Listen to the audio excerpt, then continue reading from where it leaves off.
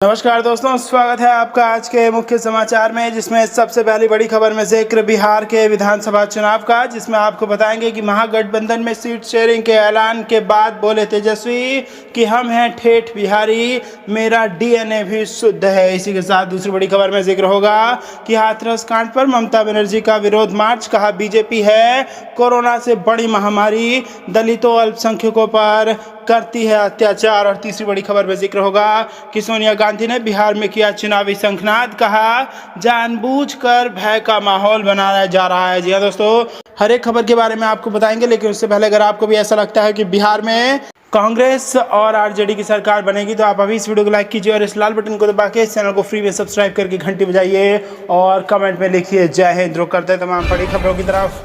महागठबंधन में seat sharing का ऐलान के बाद बोले तेजस्वी हम ठेठ बिहारी हैं, मेरा डीएनए भी शुद्ध है। जी हां दोस्तों, महागठबंधन में सीट शेयरिंग के ऐलान के बाद तेजस्वी यादव ने नीतीश कुमार और उनकी सरकार पर जमकर हमला बोला। उन्होंने कहा कि अगर हम सत्ता में आए तो बिहार के लोगों का मान सम्मान करेंगे। तेजस्वी ने कहा कि बिहार की जनता बेहाल और परेशान है, राज्य में डबल इंजन की सरकार आईसीयू में है। राजद नेता ने कहा कि हम ठेठ बिहारी हैं, जो वादा करते हैं उसे पूरा करेंगे और मेरा डीएनए भी शुद्ध है। बता दें कि 2015 के चुनाव में डीएनए एक बड़ा मुद्दा बन गया था। इस दौरान तेजस्वी यादव ने कहा कि जेडीयू और बीजेपी की सरकार ने बिहार की जनता को अपमानित किया है। कोरोना काल में उनके साथ कैसा व्यवहार हुआ इसे सब लोग याद रखे हैं और इसका जवाब इस चुनाव में जरूर देंगे। राजद नेता ने बिहार की जनता से अपील की कि हमें एक बार सत्ता में आने का मौका दीजिए, हम जो भी वादा किए हैं सभी पूरा करेंगे। इसी के साथ उन्होंने कहा कि हम ठेठ बिहारी हैं और हमारा डीएनए भी एकदम शुद्ध है। तेजस्वी ने बिहार के युवाओं को नौकरी देने के अपने वादे को एक बार फिर दोहराया।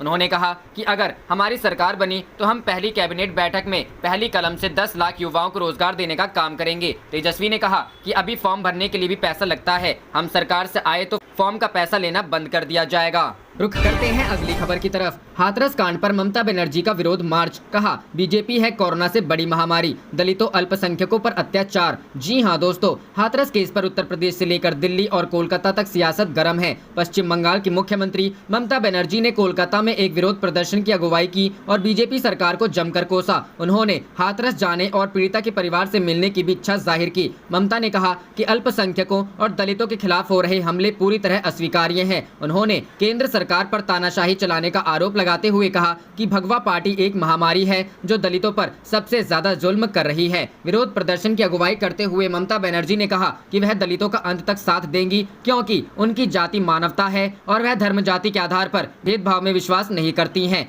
कोरोना वायरस संक्रमण की वजह से मार्च में लागू लॉकडाउन के बाद पहली बार ममता किसी मार्च में शामिल हुई और बिरला प्लेनेटोरियम से मायो रोड पर गांधी प्रतिमा तक 2 किलोमीटर पैदल चली।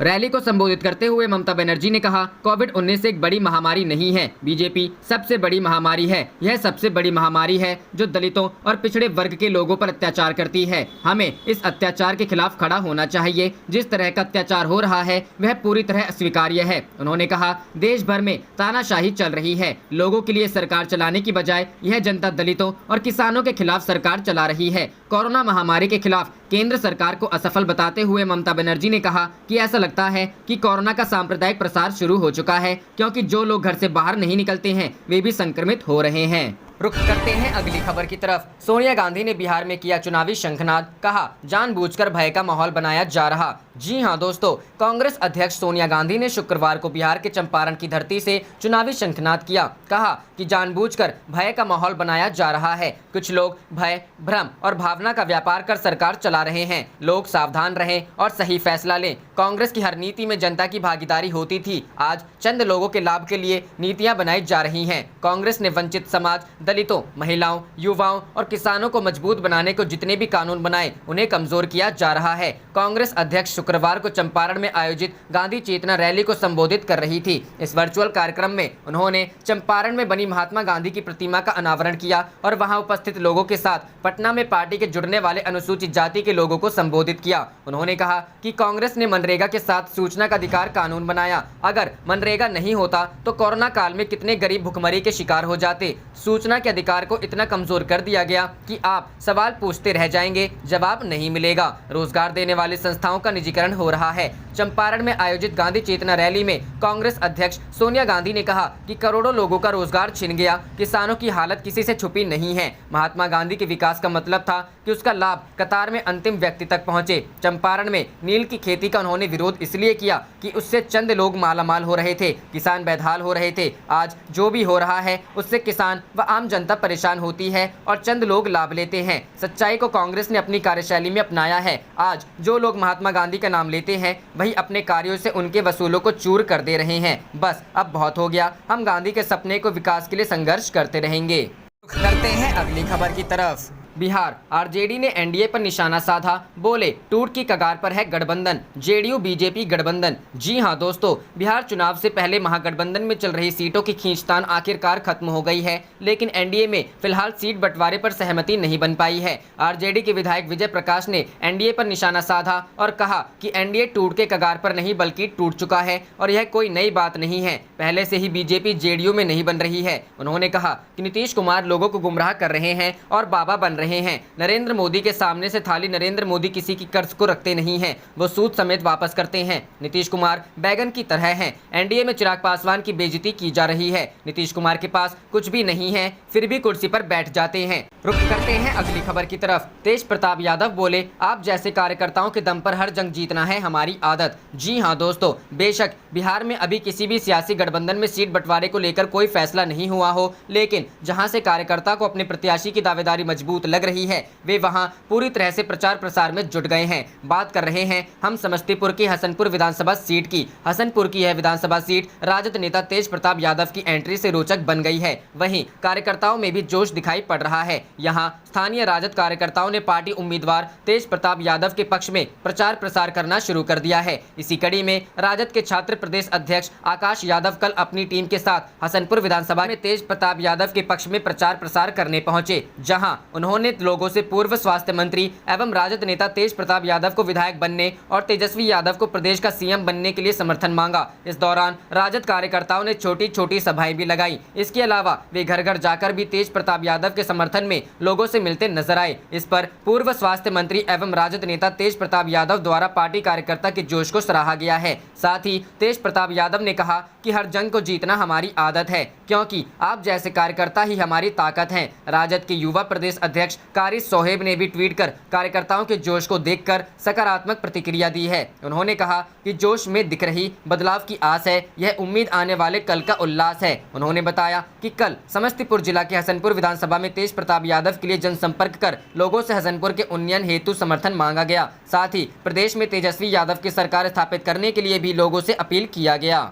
रुक करते हैं अगली खबर की तरफ। सोनिया गांधी ने बिहार में किया चुनावी शंखनाद, कहा जानबूझकर भय का माहौल बनाया जा रहा। जी हां दोस्तों, कांग्रेस अध्यक्ष सोनिया गांधी ने शुक्रवार को बिहार के चंपारण की धरती से चुनावी शंखनाद किया। कहा कि जानबूझकर भय का माहौल बनाया जा रहा है। कुछ लोग भय, भ्रम और भावना का व्यापार कर सरकार चला रहे हैं। लोग सावधान रहें और सही फैसला लें। कांग्रेस की हर नीति में जनता की भागीदारी होती थी, आज चंद लोगों के लाभ के लिए नीतियां बनाई जा रही हैं। कांग्रेस ने वंचित समाज, दलितों, महिलाओं, युवाओं और किसानों को मजबूत बनाने को जितने भी कानून बनाए उन्हें कमजोर किया जा रहा है। कांग्रेस अध्यक्ष शुक्रवार को चंपारण में आयोजित गांधी चेतना रैली को संबोधित कर रही थी। इस वर्चुअल कार्यक्रम में उन्होंने चंपारण में बनी महात्मा गांधी की प्रतिमा का अनावरण किया और वहां उपस्थित लोगों के साथ पटना में पार्टी के जुड़ने वाले अनुसूचित जाति के लोगों को संबोधित किया। उन्होंने कहा कि कांग्रेस ने मनरेगा के साथ सूचना का अधिकार कानून बनाया। अगर मनरेगा नहीं होता तो कोरोना काल में कितने गरीब भुखमरी के शिकार हो जाते।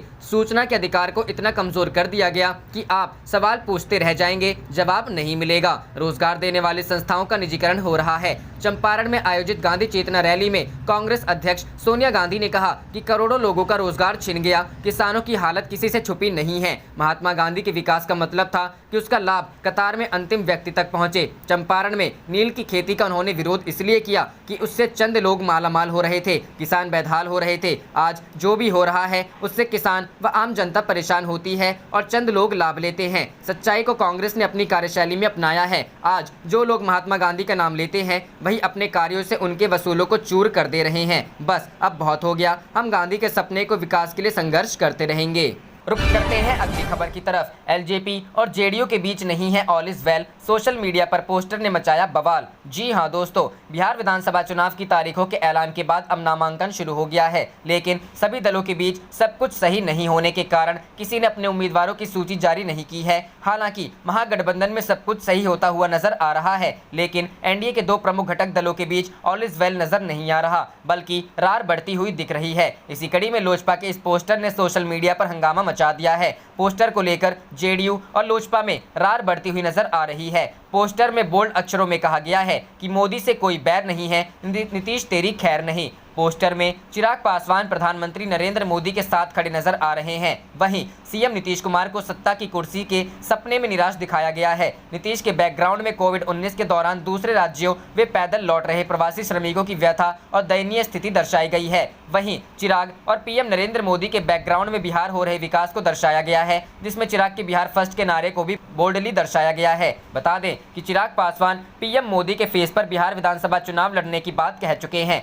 वहीं बता दें कि एनडीए में सीट शेयरिंग पर विवाद थमने का नाम नहीं ले रहा है। लोजपा के राष्ट्रीय अध्यक्ष चिराग पासवान को एनडीए में सीट बंटवारे का प्रस्ताव स्वीकार नहीं है। बार बार लोजपा के 143 सीटों पर लड़ने की तैयारी की खबरें आ रही हैं। वह मुख्यमंत्री नीतीश कुमार के काम पर भी सवाल उठाते रहे हैं। इस बीच अब सोशल मीडिया पर जारी लोजपा के एक नए पोस्टर पर बिहार की सियासी पारा चढ़ गया है। बता दें कि सीटों पर संग्राम के बीच लोजपा ने शुक्रवार को नीतीश कुमार के साथ निश्चय को भ्रष्टाचार का बड़ा माध्यम भी बता दिया।